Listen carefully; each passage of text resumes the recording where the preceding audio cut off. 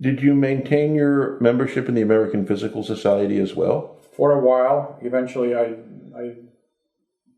got further and further away from the kind of research that the American Physical Society did, so eventually dropped my membership and became a gung-ho IEEE person. Did you still, however, consider yourself a physicist rather than I always have. My job title, interestingly, was engineer.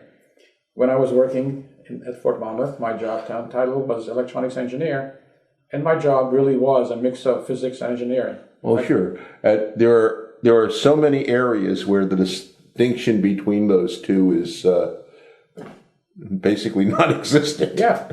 In fact, that's been one of my issues, and that's why I mentioned earlier that I object and have objected all along to the title Today's Engineer, which is the publication of IEEE USA. I think it's a counterproductive title, and I've advocated changing it, but some old people are really attached to that title. Well, certainly one thing I noticed in my years at AT&T is the only way to tell whether a Bell Labs researcher engineer, there were two ways. One, you could ask them. Yeah. Two, you could look at their CV and see what their PhD was in. But as far as the work, it was really... Yeah. Well, in my research, I worked with physicists, electronics engineers. I mean, an oscillator is a resonator plus circuitry. Right. Now, my research was directed mostly on the resonator part, but I worked with guys who were circuit designers, and in the processing of a quartz resonator, we had to use etching techniques. I worked with chemists to develop better etching techniques.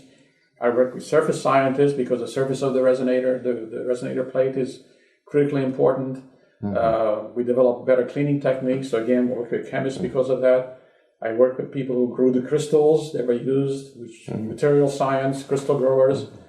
I worked with theorists whose background was civil engineering and mechanical engineering. In fact, the best theorists in the field were civil and mechanical engineers. Civil engineers because a resonator is a plate that vibrates, just like a bridge vibrates or buildings vibrate. So the equations to analyze a beam vibrating in civil engineering is exactly the same as the equations of a resonator beam vibrating.